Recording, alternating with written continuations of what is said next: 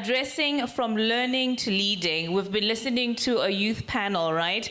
Now we will be listening to Mmakwena Moesi, who is the co-founder and managing director of Viva Organica, a green business in Gaborone, Botswana, established in 2018 that remediates organic waste to manufacture high-performance organic fertilizers for smallhold farmers to strengthen their resilience in growing drought-tolerant and nutrient-dense crops.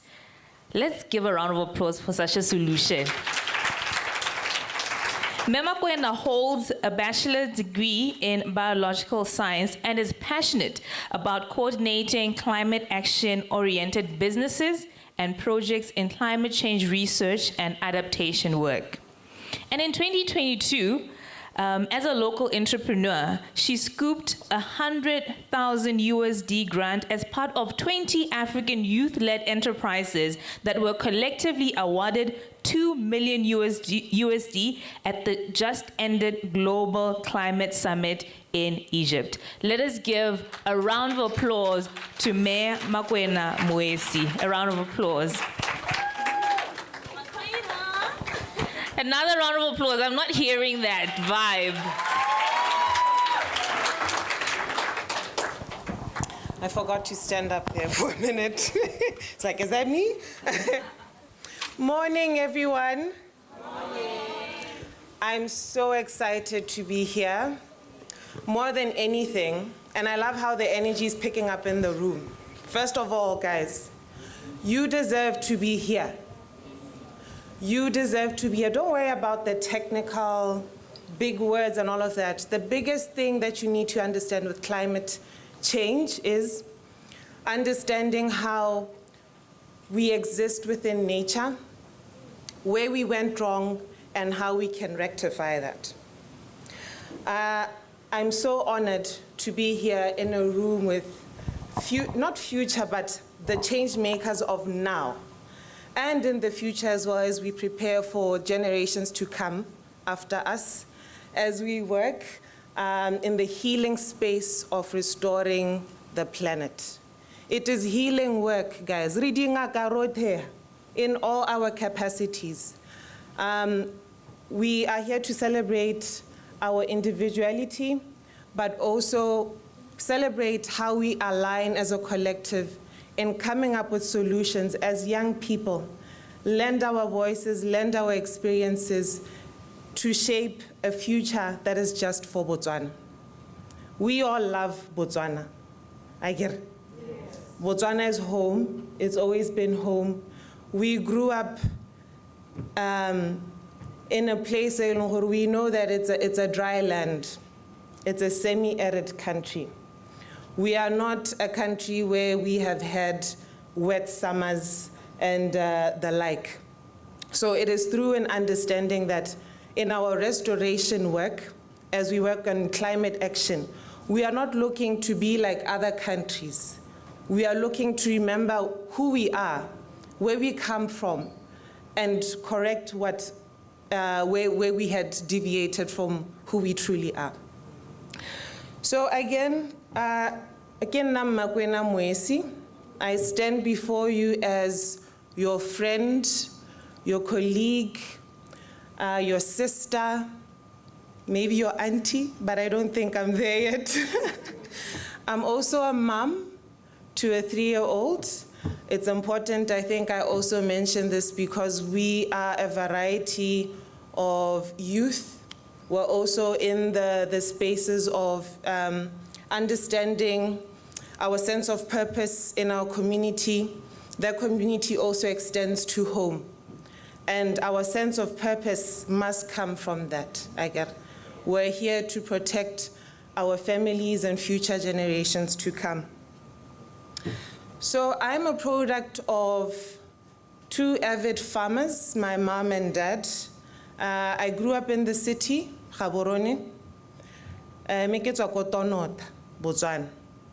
But you could loosely say I grew up in Gaborone, and I'm forever grateful to my parents for taking the time, that even when they had to go to the city, Katiro, they still maintained a connection with the earth. They made sure from a very young age that as their children were exposed to how to work with the land, how to grow your own food. I think we take this for granted as a nation, though I will thank COVID-19 in that it really woke something up in everyone. It was a bittersweet time, of course, but through that experience in our efforts for campaigning for food security, climate action, self-sufficiency at an individual, household, and national level became something of huge importance. Self-sufficiency, how efficient are you? How knowledgeable are you in producing the basic necessities for life? I'll speak to food for now because that's why I'm here. During COVID-19, we saw not only toilet paper flying off the shelves, but seeds, peo, it was non-existent in shops. Because of the time as well, I think that we weren't too held up in officing. People are now paying attention to how can I grow food in the space I have in my backyard garden? What do I need to know to do this? And at that time as well is when my business, Viva Organica, was just picking up steam. We had gone through our first seed funding, or basically our first opportunity to access fund. I'm a proud YDF beneficiary. I stand before you here because of the government of Botswana, because of the efforts of the Ministry of Youth Empowerment then, which is now Ministry of Entrepreneurship. So around then, as much as it was also a challenge for us in business in terms of logistics with movement restrictions and also budget, you know, we saw a rise in people looking for inputs. Inputs, I'm speaking about fertilizers, seeds, pesticides, anything that would assist you in growing food. So it is because of COVID-19 we were able to experience that. But also, we as a world got to notice the effect of Mother Nature in healing itself.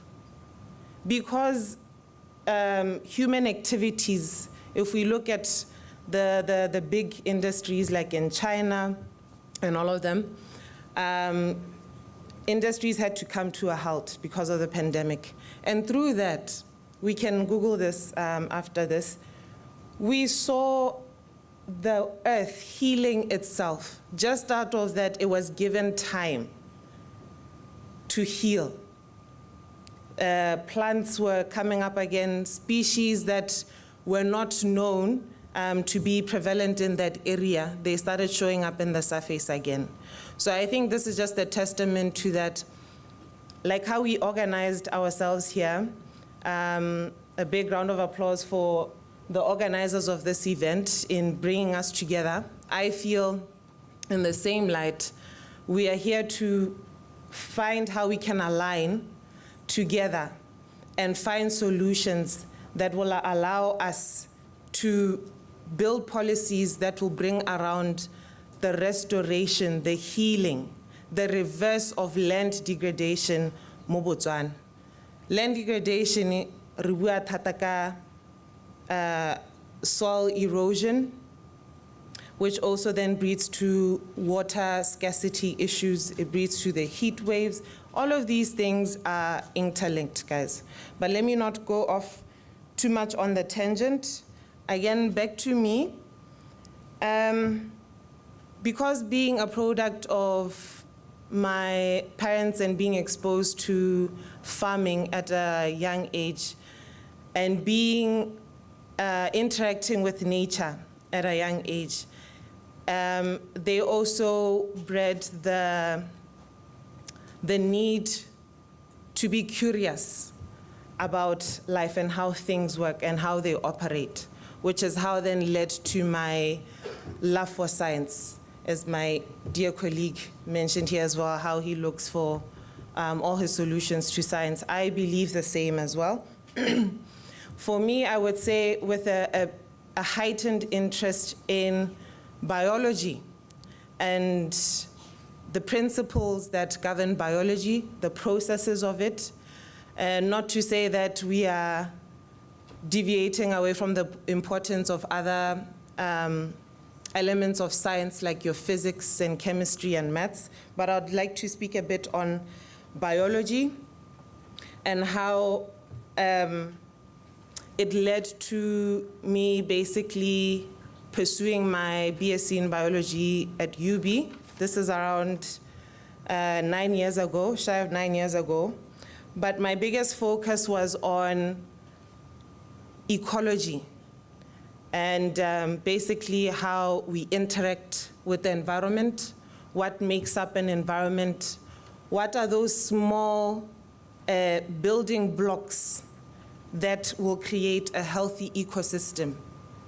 And as human beings in the planet, being the apex species or highly evolved, we are accountable, we are responsible for making sure that we basically keep Mother Earth moving to sustain her, in the sense to sustain us as well.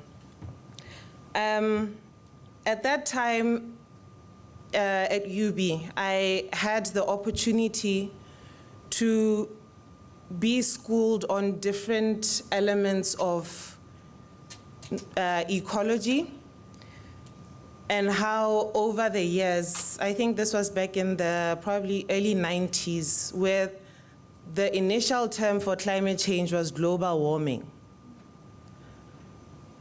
Do you know what global warming is? Okay. I was just curious to know if they still use the term.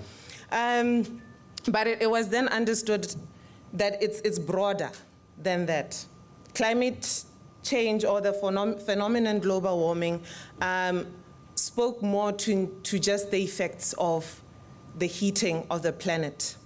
It also spoke to other elements that we see in how a climate is changing. There was also a big emphasis on greenhouse gas emissions, which still are the reason why we're here today. But out of DKIT greenhouse gas emission, okay, a lot. I'll speak about the one that we know mostly of, carbon dioxide, right? So greenhouse gas emissions, they are harologana in terms of intensity as to how they can warm up the environment. Carbon dioxide is one of those. Isn't it weird how carbon dioxide is the main premise on how plants, vegetation, anything that is green, and from which life is derived, that it's its primary source of energy. So again, it speaks to how the earth, when in balance, it's able to clean up whatever is in the environment for its benefit and provide value to the inhabitants of the world, ourselves included. It's just not us. But through basically, one thing I got from school is human activities have led to a shift in the scales.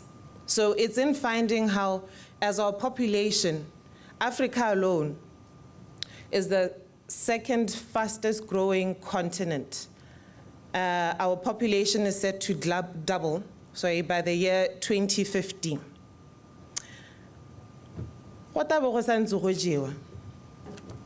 We'll still need food.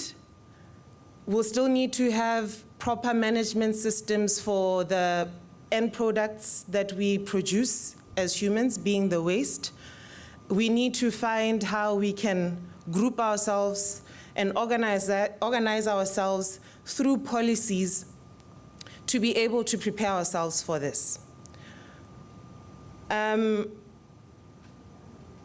I've been blessed this past year to be able to sit in a number of international panels and listening to the voices of youth within the sustainable space and land restoration space. Just in Africa alone, I'm always in awe, say for instance in East Africa, Kenya. The youth are extremely passionate and active, and as communities, through community empowerment, to work for the benefit of the environment. And I've always had I come back with a huge hunger as to how we here can do the same. So I'm really, what's the word?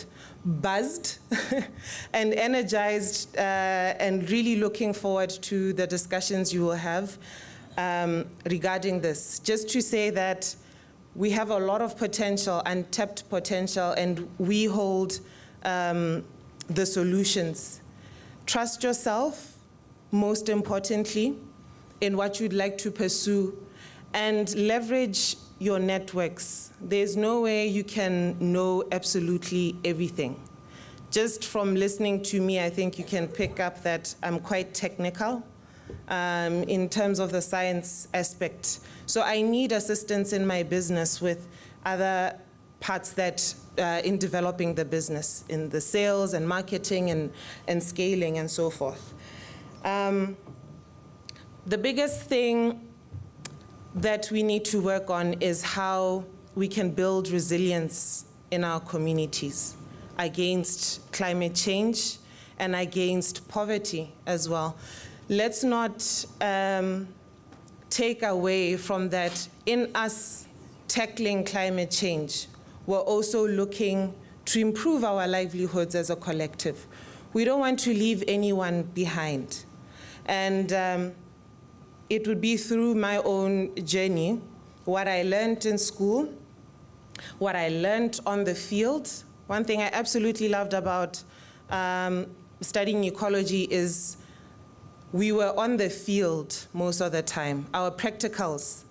If you are a science student here, you know that practicals, lab practicals can be quite a, quite a challenge for some people who are a bit energetic and all over the place. So ecology for me and getting in the field was now applying theory in practice.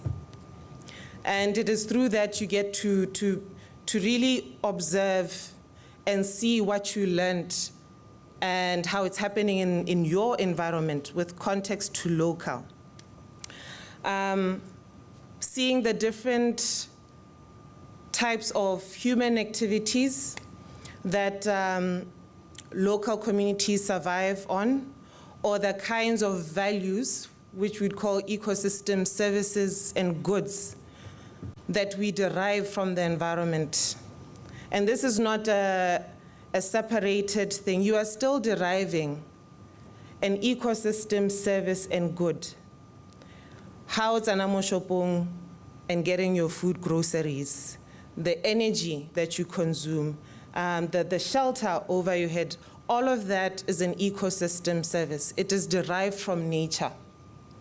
So seeing that, I would say my journey with Viva Organica started back then.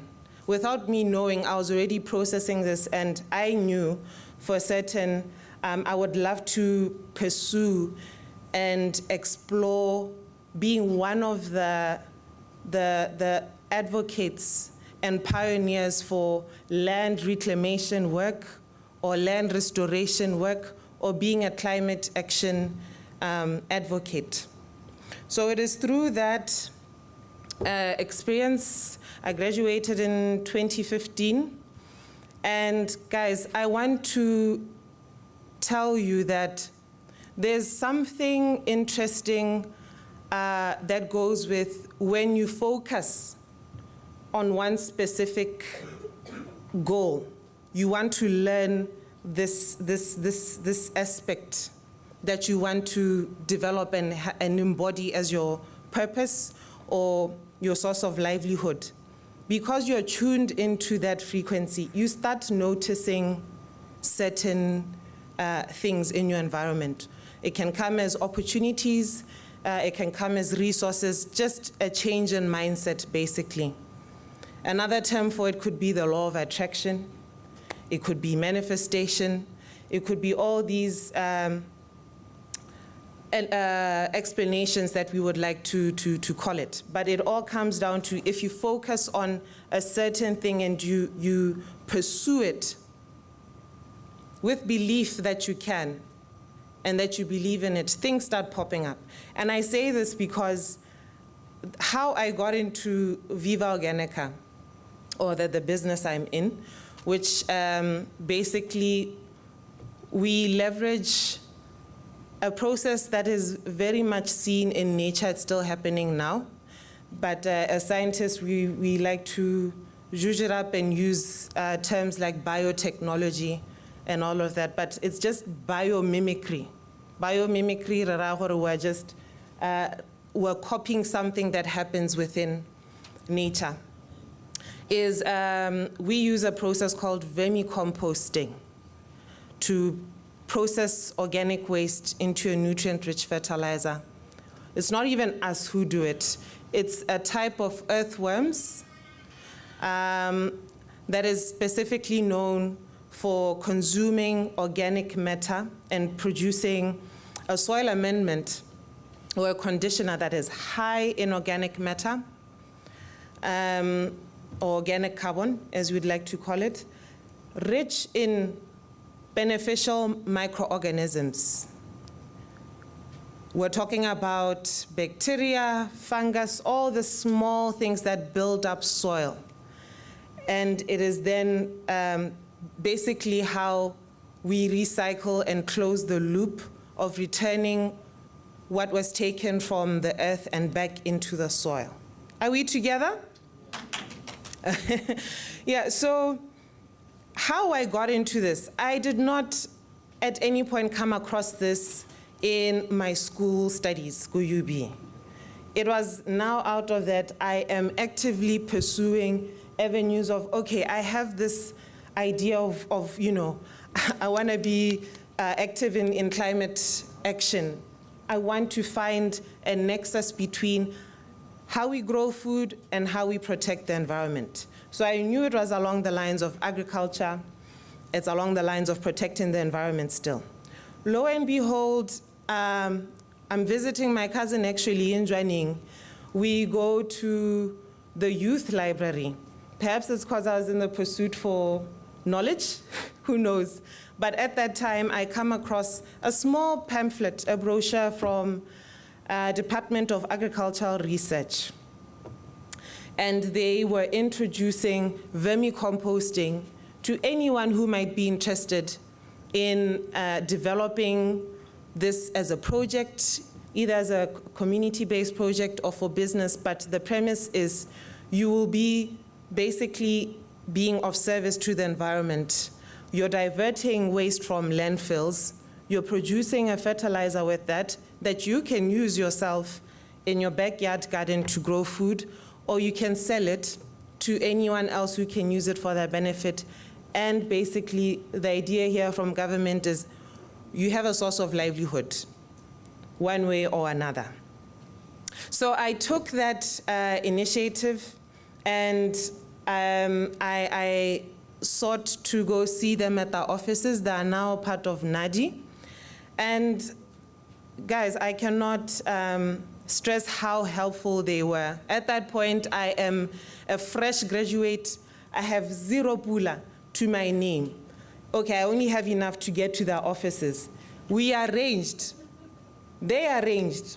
You know what? We see, I don't know what they saw in me at that time. Let me not put words in their mouth. But we organized to go see the research center where they were actually doing this, and they basically took me through training and offered our first kg of worms to replicate and do the same at home. So through that and through the support of my mom, again, me and my partner, we only had this knowledge, we had the dream. My mom allowed us to have a back room in her yard, And she offered some old furniture that we broke up and upcycled and built a box from. And from that was our first production cycle, if we may call it that. And we started prototyping the product in the market. And that was in 2016. Fast forward to 2018, we got our funding with YDF after we applied and expanded our production capacity and space into a farm by leasing. And I want to say that, you know, to speak on my experience, for the longest time it was tough to have access to these things because one, traction. People will listen when you have traction, when you have some kind of skin in the game. If you have shown that you can do it, they can then trust you to provide the resources for you to do this and not squander it. Two, land reforms policies. Around that time was a time when our government then amended some land laws in that our business is mostly manufacturing. It's an agrochemical process. And it means that the kind of land that we can operate in is something that we must pay attention to. So around that time, it was then allowed that we could do some kind of agro-manufacturing processes within a farm space. That is what made us eligible to our first seed funding. And then through that, and working hard, I mean working really hard, also keeping faith and know that it will happen over time. If you have to do a job in between, do it. Don't lose the dream. Keep on at it. So yeah, by the time 2022, actually when we applied for that competition, I was a project administrator for a climate change research project in Bust. I was running the business on the side with my partner, and just through all the various business acceleration programs that I've also been privy to, we're able to sell a good story, a business case for Africa, and have investors who are within the green space to support us on this mission. I just want to say that well done for making time to be here. Again, you deserve to be here. Don't worry about knowing it all. You know what you need to know now. Use your network. You have the next 2 days to find people, resources that will help build your concept. Come together. I'm here as well. If you would like to have us pick a bone with something, anything that you might be interested in. And you are in a good time and space right now in that when I started Viva Organica in 2016, climate action work, land restoration work was quite something that had not reached Africa yet. It wasn't a priority, let me say. But now we've understood, even in how we build our sustainable businesses now, we look at people, planet, and profit. So it will always be part of the conversation. And yeah, with that, I know I really didn't expand much into who we are at Viva Organica and what we do, but you're more than welcome to follow us and contact us on our social media pages at Facebook, Viva Organica, on Instagram. You can also have a look at what we do on our website at vivaorganica.co. At that, I'm out of time. Thank you so much for lending your ears to me.